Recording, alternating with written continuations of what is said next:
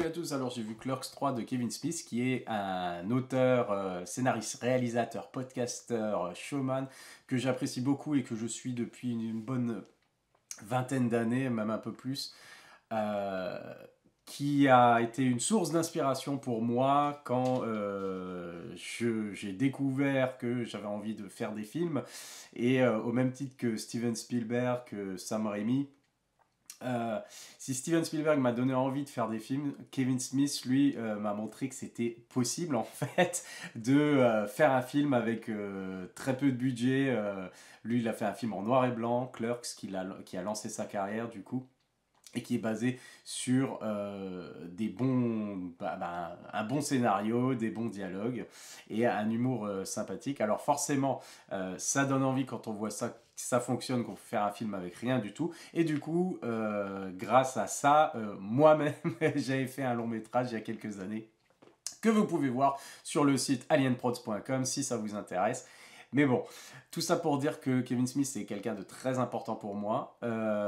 J'ai eu la chance de rencontrer également. Et, euh, et qui, ces dernières années, j'avoue, euh, en termes de réalisation et de film, c'est plus trop ça, quoi. C'est 12 dernières années, parce qu'il s'est tourné vers le podcast, justement. Et qu'il a trouvé son compte là-dedans et que je suis quelques-uns de ces podcasts du coup parce que j'aime bien toujours avoir son point de vue sur certains films, sur certaines séries. C'est toujours fait de manière très drôle et très décontractée et j'aime bien avoir son opinion. Et du coup, ponctuellement, il a fait quelques films, voilà, qui étaient basés plus ou moins, qui étaient autoproduits, qui étaient basés plus sur des blagues et des choses qui se racontaient déjà dans les podcasts. Et du coup, ça fait vraiment, bah, c'est réservé vraiment aux fans purs et durs. Et ça fonctionne pas vraiment ça fonctionnait pas vraiment en termes de film, on va dire. Et du coup, ces derniers films, j'étais un petit peu déçu. Il était revenu à son univers, l'univers qu'il avait créé, le View Ask Universe. Il était revenu à ça avec Jay Silent Bob Reboot l'année dernière, ou il y a 2 ans, je ne sais plus exactement. Et qui était sympa pour les fans, justement, comme moi, mais qui était pas non plus, voilà, qui cassait pas des briques. C'était surtout l'occasion de revenir à son univers, l'univers qu'il a créé, justement, qui a commencé avec Clerks en 93. Et pour moi, voilà, c'était trop, ça manquait c'était plus une pluie de caméos, de fanservice et de blagues un peu, voilà, sur un fil rouge un peu bancal et qui fonctionnait pas forcément de manière, enfin, comme ces autres films, ces plus anciens films fonctionnaient pour moi. Et du coup, en fait, s'il s'est remis justement à vouloir refaire des films et reprendre ses personnages, c'est parce qu'il avait eu une crise cardiaque, il a failli mourir d'une crise cardiaque en 2018, début 2018 je crois, je ne sais plus exactement, enfin bref. Et ça lui a donné envie de se remettre un peu et de refaire tout ça, de raconter de nouveau des histoires personnelles. Alors si Jay Silent Bob Reboot, c'était par rapport à on va dire, sa vie de père, euh, avec tout plein voilà, de fanservice, de caméos, de références obscures qui n'étaient pas du tout pour, on va dire, le grand public. Là, il revient avec Clerks 3, du coup, qui est encore une fois une histoire très personnelle pour lui, justement parce que l'un de ses personnages, Randall, a une crise cardiaque comme lui et décide du coup de réaliser un film sur sa vie. Donc c'est très méta, c'est très introspectif, mais ce que j'ai beaucoup apprécié justement, parce que j'ai bien aimé Clerks 3, et ce que j'ai beaucoup apprécié avec ce retour aux sources, dirons-nous, de cette conclusion de trilogie, c'est comme pour Clerks 2 d'ailleurs, c'est qu'il arrive à un moment de sa vie justement où il a quelque chose vraiment de personnel à raconter et il va s'affranchir, contrairement à ce qu'il avait fait pour ses précédents films qui fonctionnaient pas trop, il va limiter le fan service, il va limiter voilà, les blagues, les private jokes que seuls les fans peuvent comprendre.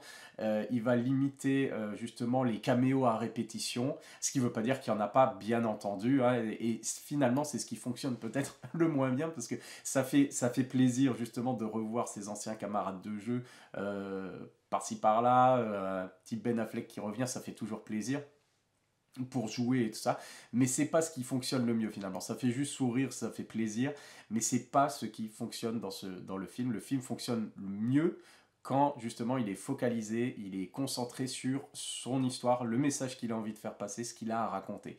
Et c'est une histoire, alors aussi, comme souvent chez Kevin Smith, sur la nostalgie.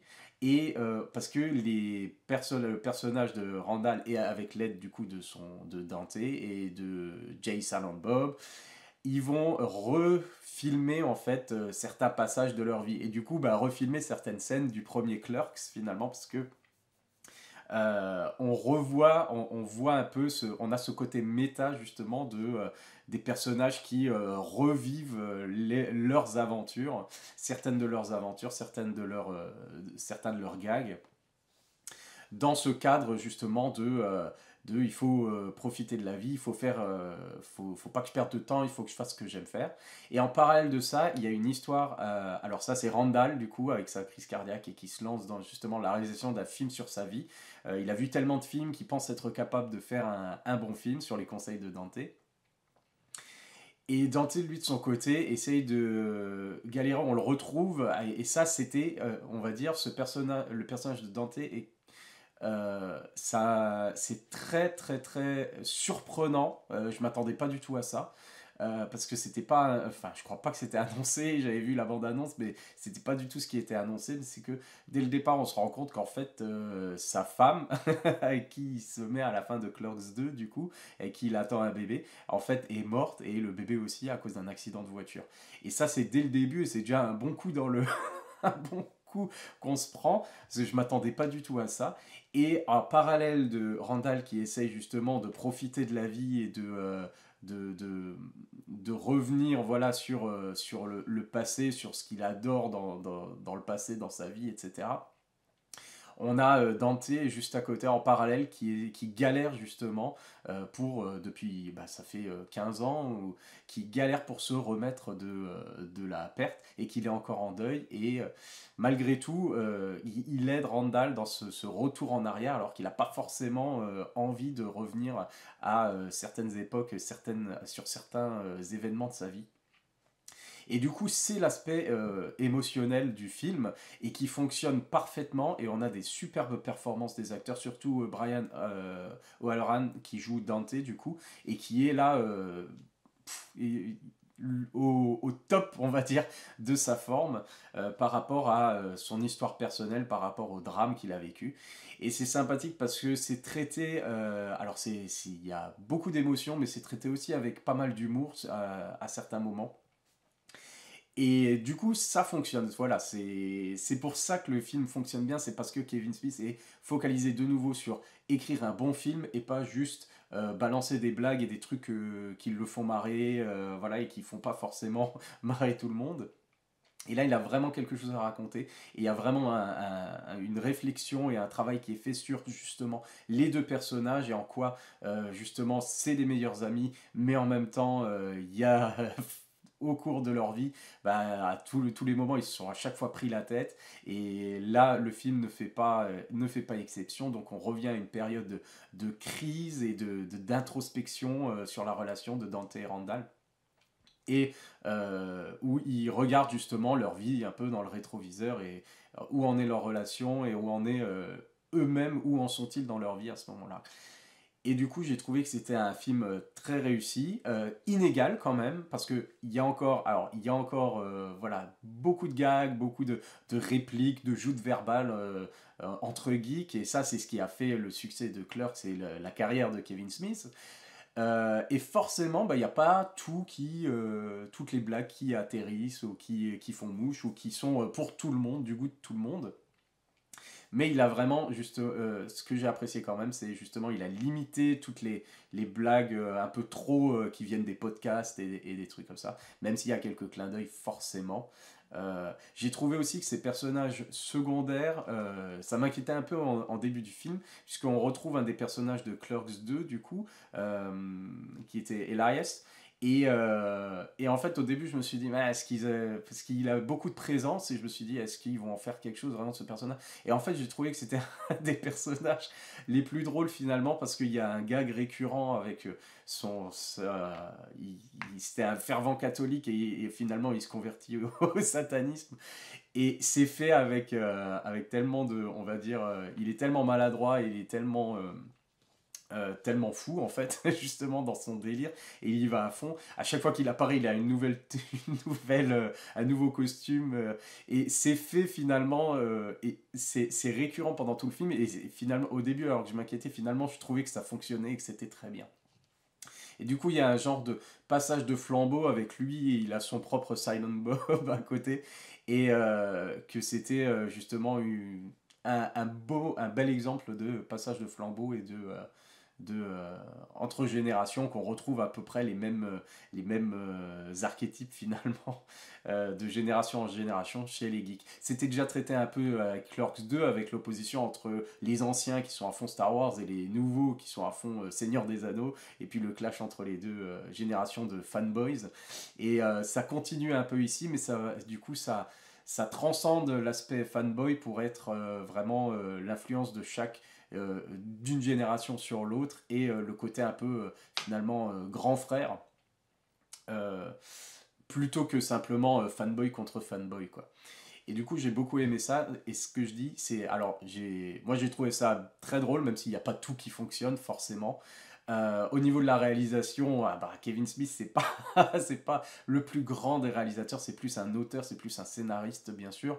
Visuellement, voilà, ça casse pas des briques, mais en même temps, ça reste dans le cadre de ce premier Clerks qui a été fait avec rien du tout, et c'est simplement des plans, euh, des plans rapprochés de deux personnes en train de discuter avec deux autres personnes.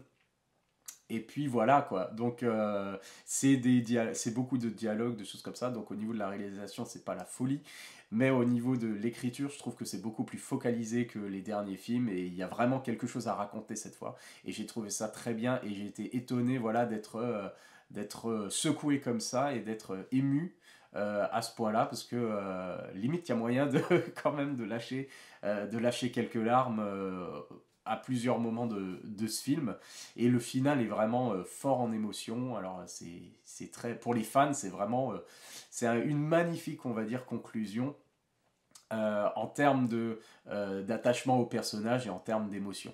Après, en termes de film en lui-même, voilà, ce que je dirais, c'est assez inégal, mais ça fonctionne quand même parce que c'est rehaussé, tout ça c'est rehaussé par l'humour qui fonctionne bien la plupart du temps, et c'est rehaussé par tout simplement l'émotion et l'attachement au personnage.